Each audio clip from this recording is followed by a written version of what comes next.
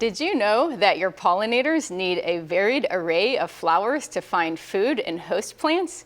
Today, I'm here with Lisa Hayes-Henry. She's a Master Gardener volunteer with the University of Florida IFAS Extension in Orange County. Welcome, Lisa. Hi, Tia. Thank you for having me. Yeah, thanks for talking to us about pollinator plants. So what do pollinators need to survive? Pollinators need four basic things. They need a host, somewhere they can lay their eggs. They need food, any of the flowers. They need shelter, as we all do, and they need water. And they're all blended together in the needs of what our pollinators need to survive. Yeah, just like us, they need food, they need water, they need shelter. Yep. Wow. They have to have their own little bedroom at night so that they can stay safe. So tell me about some of the plants that we have here. How do they provide food for the pollinators? Well, the flowers actually are the food. And so you can see this is a milkweed that hasn't bloomed out yet. This is the milkweed bloom. And the monarchs in particular love milkweed. So they'll come in and they'll land on these flowers and they'll get the pollen from it and the nectar, and then they fly off to another flower. And it could be a wide array of different flowers that the monarchs will use. Different pollinators need different shapes and sizes of flowers and different colors to attract them.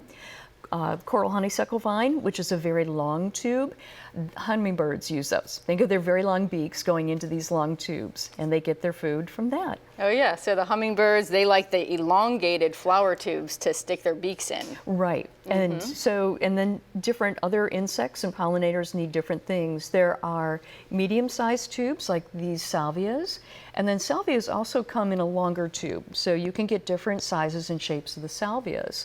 And they're very pretty. Oh yeah, I've seen some bumblebees in those salvias. They just scoot right in there and get the pollen.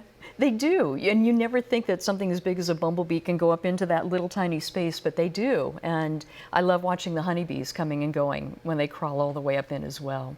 Yeah, what else do you have here? I have some pentas, and pentas are really great for monarchs and other butterflies.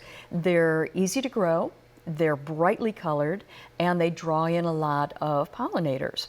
And pentas come in a number of different colors, like our salvias there. You can get pinks, whites, and then even purples, or the pentas, in the pentas. Yeah. So you can get a really wide array that's going to bring in a lot of different butterflies and other insects. Oh, what's this one? This one is an African daisy.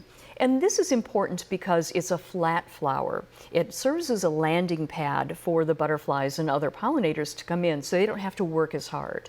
They just land there and they get the nectar that they need, and then they can fly off to another one. Oh, I love these flowers. Now tell me, what else do pollinators need to survive? Well, they need us to help them. We need to follow the Florida-friendly landscape tenants, and there are 9 different tenants, but the one is putting the right plant in the right place. That way the plant survives, it takes less work for us, and it doesn't need a lot of water. We, to help pollinators, need to stop using pesticides in our own yards. They might get one pollinator, but they're going to possibly kill off other ones. Yeah, those pesticides, they can kill the good bugs right along with the bad bugs. They do, and so you need to be very careful how you use them. Even herbicides sometimes can harm our pollinators.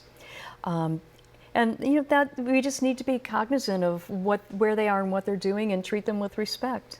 Yeah, well, pollinators are so helpful, so now you know what plants and pollinators need to live and survive in our landscape. Thanks for joining us, Lisa. Thank you for having me, Tia.